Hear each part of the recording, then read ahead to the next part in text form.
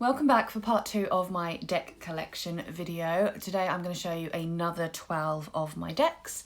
If you haven't watched part 1, it will be linked in the description box below, and part 3 will be coming very shortly after this one. So I've got 12 decks to show you today. I'm going to jump straight in, and the first deck that I have is the Light Seers Tarot by Chris Ann. This is the Hay House edition, not the indie edition. There were some problems with the cards, as many people know. There were some problems with the cardstock and the cut of the cardstock.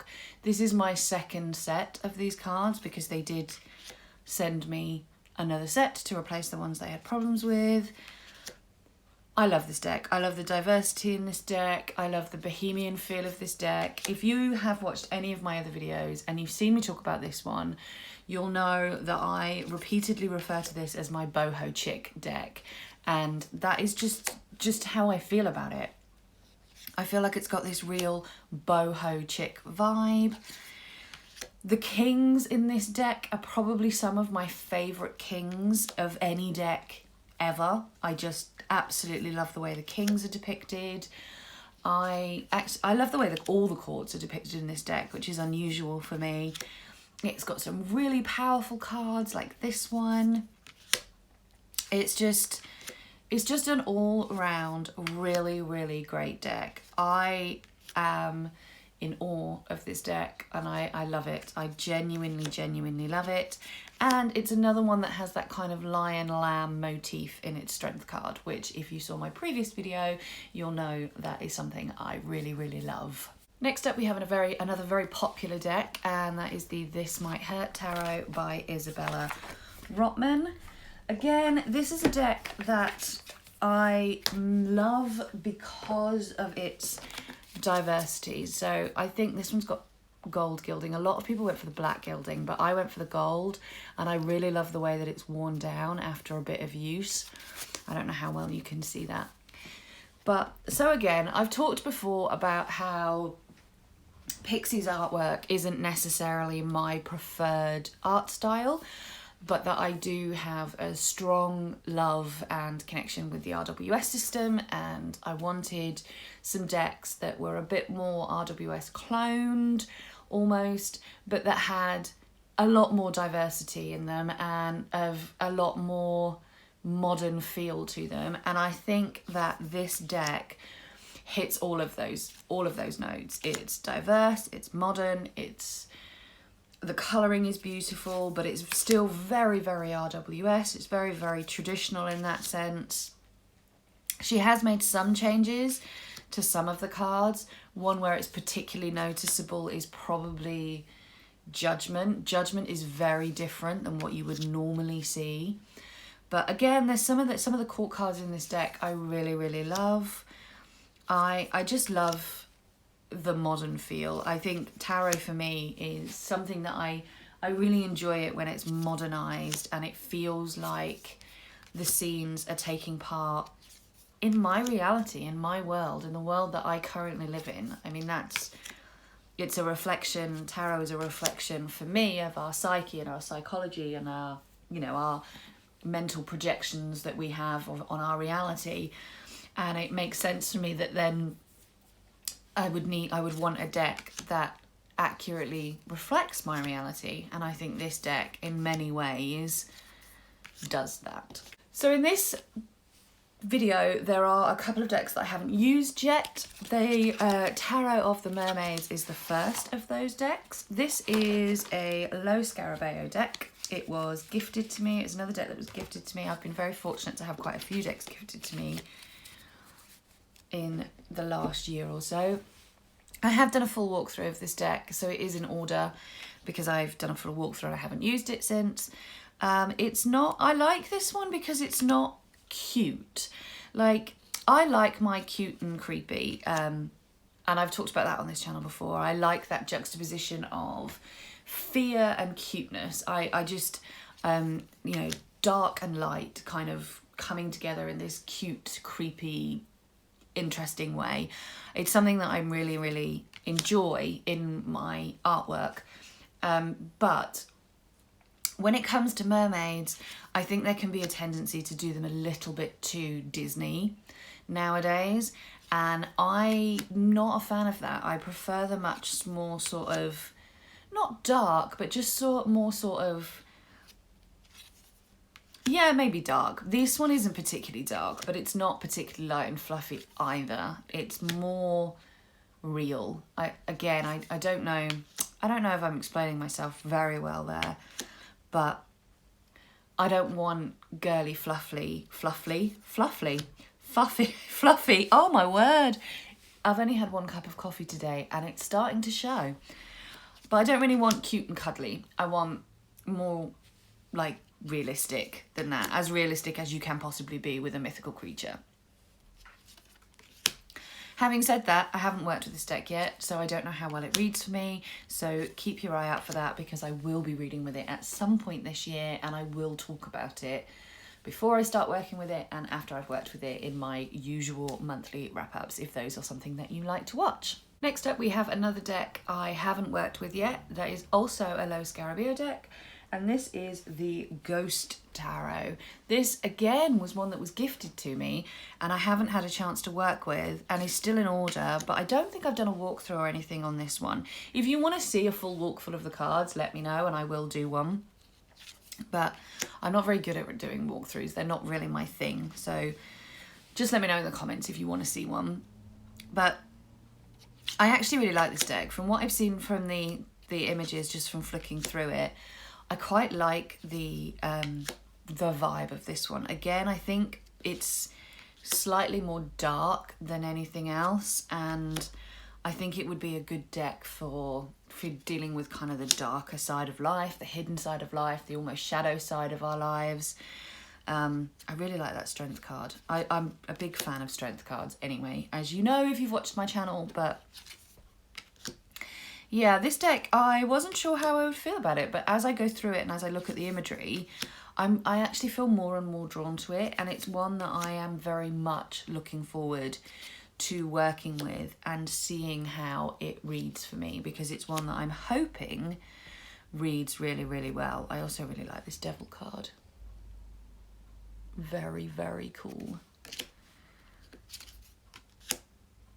So as I say, if you want to see a full walkthrough of this deck or any of the decks that I don't already have on my channel, let me know in the comments below and I'll see what I can do.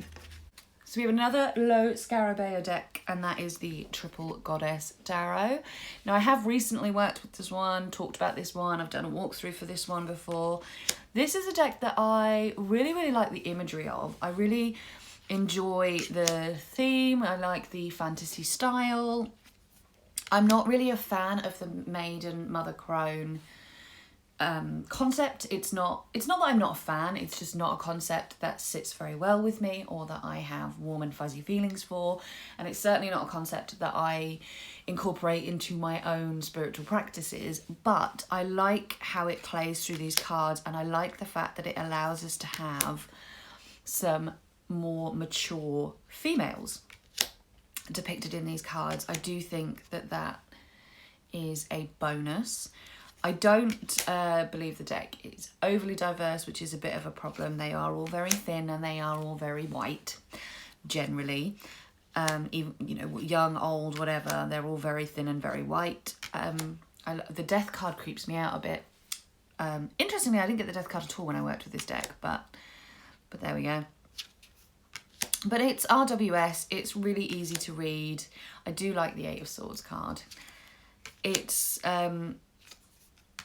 you know, it is what it is. It's a reasonably decent deck. I didn't dislike it, but I didn't love it either. And it's one that I will keep in my collection, but how often I actually use it will remain to be seen. Next up, Halloween Tarot. Now, I know I've been really rubbish at telling you the artists and all that kind of stuff, but I will link the name of all the tarot decks in the description box so that you can go and look into those kind of things for yourself if you are interested. So I bought this deck because I wanted a deck that was themed for October, mainly, and I ended up really loving it. So you've got a few different changes to the suit. So you've got imps, which are your wands. You've got bats, which are your swords. You have pumpkins for your earth pentacles. And then you have, see if we can find any. Nope. No, ghosts. Ghosts are your cups. Again, the imagery is generally pretty RWS, so they're really, really easy to read. They're really great fun to work with. The cardstock is really good. The cardstock quality is really, really good. They're fun. They're, you know, they've got that Halloween kitschiness about them that I really love. They pair really well with the Halloween Oracle, which is another deck that I really like. I really, really enjoy this deck. I have to admit, it's a deck that I only tend to use in October. It's not one that I tend to reach for on the general, but part of that is possibly because at the moment I am trying to use one new deck a month, and that deck tends to take up all of my tarot time, and I don't spend a lot of time with my other decks at the moment. Next up, we have another low Scarabeo deck, and that is the Happy Tarot. Now, apparently there is now a borderless version of this deck, but I have the bordered version. I don't mind the borders of this deck. On this deck, I love this deck. It is cute. I love the backs. I really love the backs on this one. It's cute. It's great for like inner child stuff and just really tapping into your innocence and sweetness of childhood. Again, it's RWS. It is an RWS deck. It's just done in this cute Candyland style, which, you know, people are either going to love it or they're going to hate it. Personally, I love it. I think it's adorable. Absolutely adorable. It is definitely up there with some of my top decks. It is a hug deck for me. It is a deck that makes me feel happy and safe and warm and gives me nice, cuddly, friendly readings. So it is a good deck for that.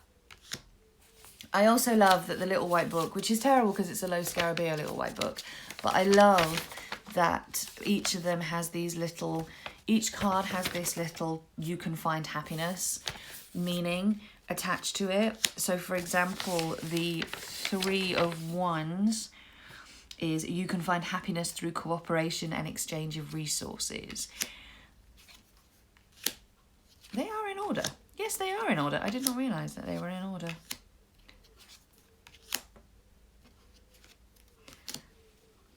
See if I can... Here's the Mages, look. Look how happy that guy is. It's like the happiest fool in the world. And they remind me of a game.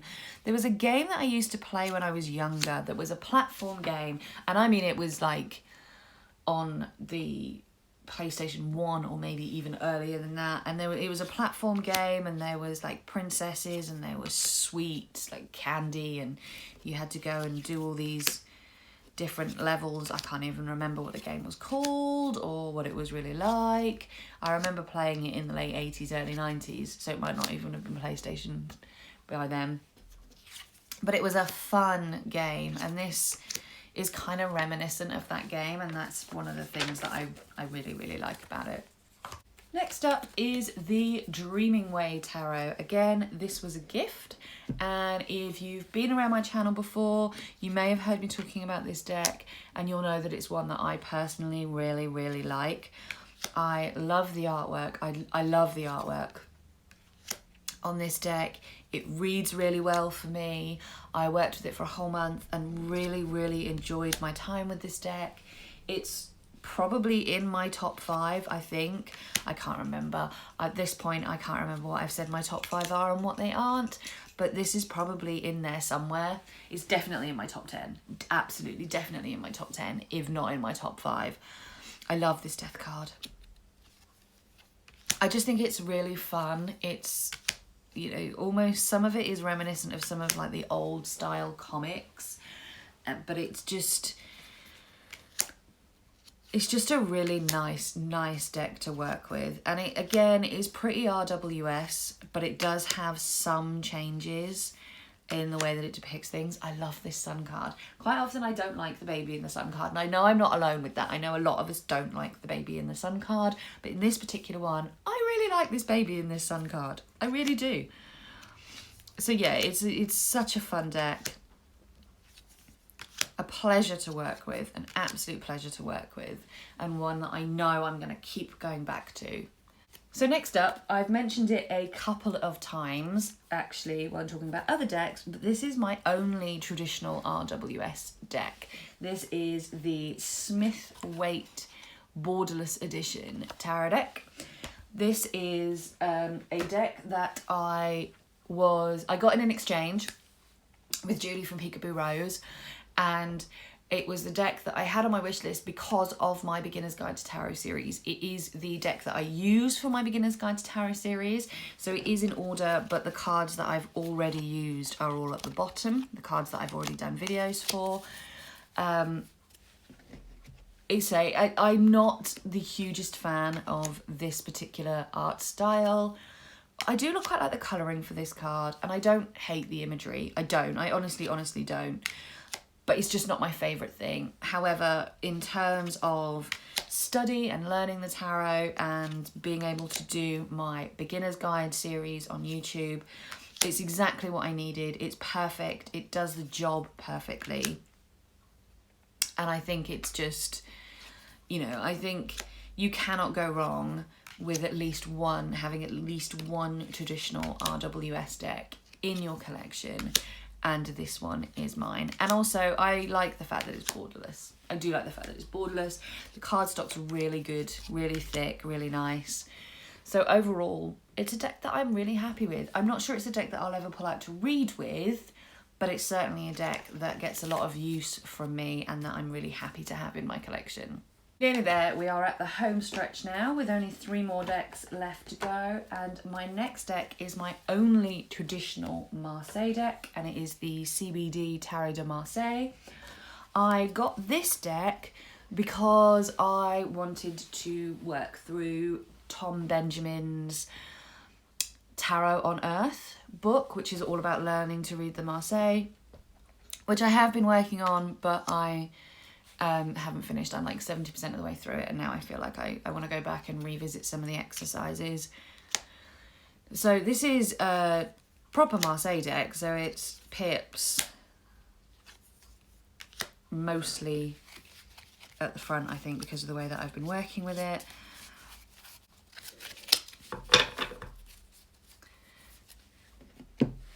And then you've got your normal Marseille majors.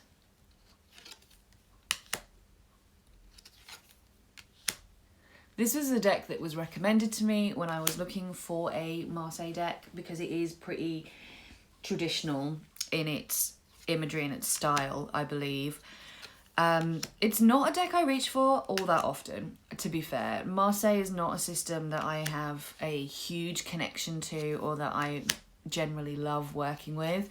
But I do think that learning it, and especially learning how to read those pip cards, both through understanding the numbers and the elements, but also visually, which is something that Tom Benjamin does talk about in his Tarot on Earth book, does help you develop your reading skills as a tarot reader overall. So I think it's still something worth investing in doing at some point if you are interested in developing your tarot skills and it's something that you haven't done yet.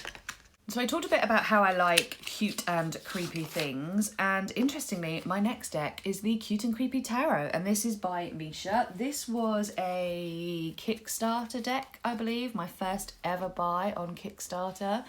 It is gilded edges, gold gilded edges, really nice cardstock. So Misha is a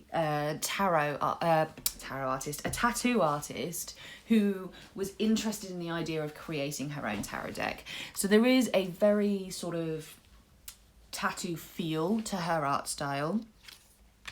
It combines, like I said, 2 things that I really love. It's creepy, but it's pinks and light blues and purples, and it's very cutesy in its art style.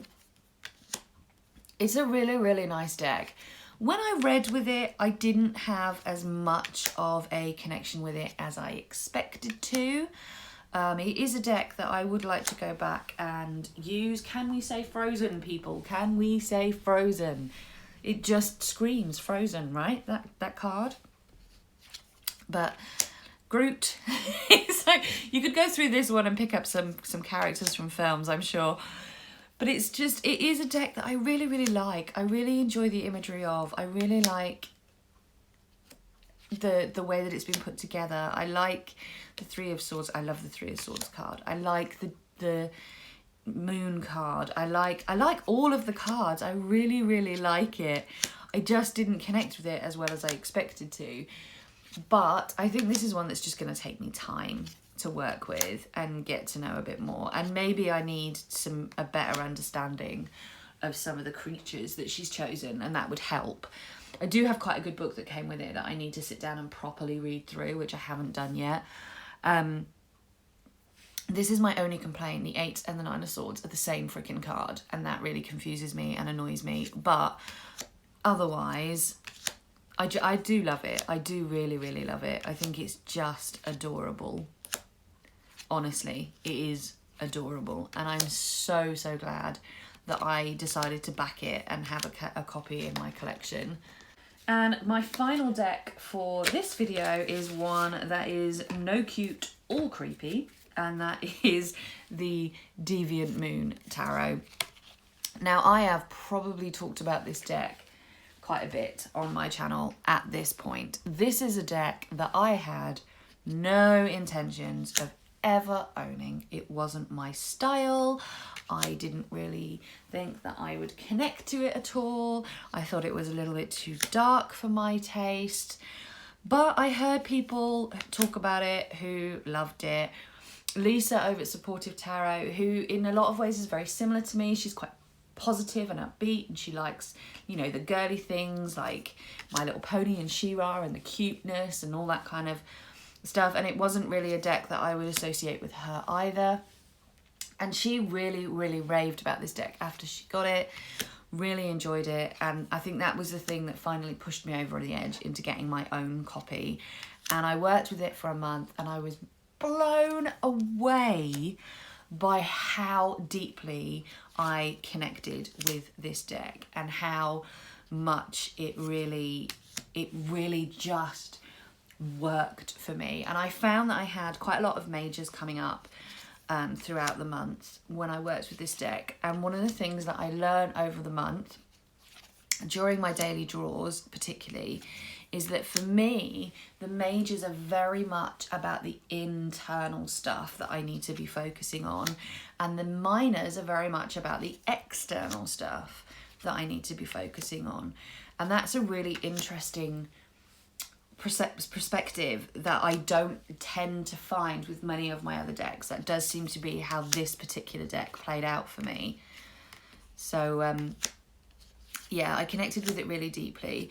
Now, you don't need a dark deck to do shadow work with. You absolutely don't. But I do think that this deck is really good for helping me delve into those more hidden aspects of myself that I maybe necessarily don't want to face or acknowledge.